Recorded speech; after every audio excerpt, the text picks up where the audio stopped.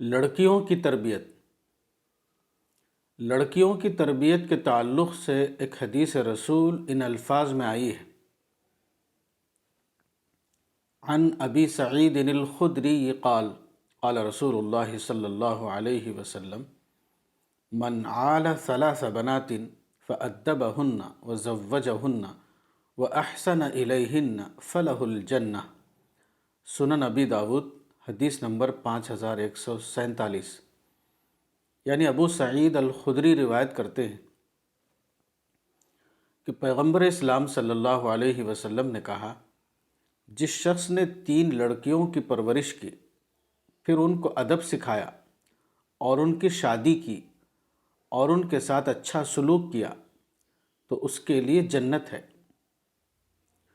عام مزاج یہ ہے کہ اگر کسی باپ کے یہاں کئی لڑکیاں ہوں اور کوئی لڑکا نہ ہو تو وہ لڑکیوں کو بے قدر کر دیتا ہے۔ اس حدیث میں اسی ذہن کی تردید کی گئی ہے۔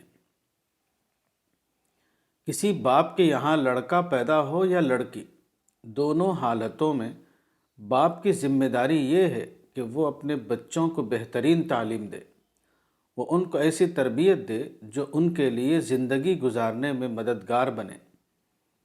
باپ کا رجحان اکثر اپنی اولاد کے لیے یہ ہوتا ہے کہ وہ ان کے لیے زندگی کی راحتیں فراہم کرے، وہ کما کر انہیں زیادہ سے زیادہ مال دے سکے، مگر یہ نظریہ درست نہیں۔ اولاد کے لیے باپ کا سب سے بہتر عطیہ مال نہیں ہے بلکہ تعلیم ہے۔ باپ کا کمایا ہوا مال اولاد کے لیے بلا محنت کی کمائی یعنی ایزی منی کی حیثیت رکھتا ہے۔ ایسا مال اکثر آدمی کو خراب کر دیتا ہے۔ صحیح یہ ہے کہ آدمی اپنی اولاد کو تعلیم دے اور اس طرح انہیں اس قابل بنائے کہ وہ خود محنت کر کے زیادہ بہتر طور پر اپنی زندگی کی تعمیر کرے۔ کتاب تربیت اولاد مولانا وحید الدین خان، صفحہ نمبر 32۔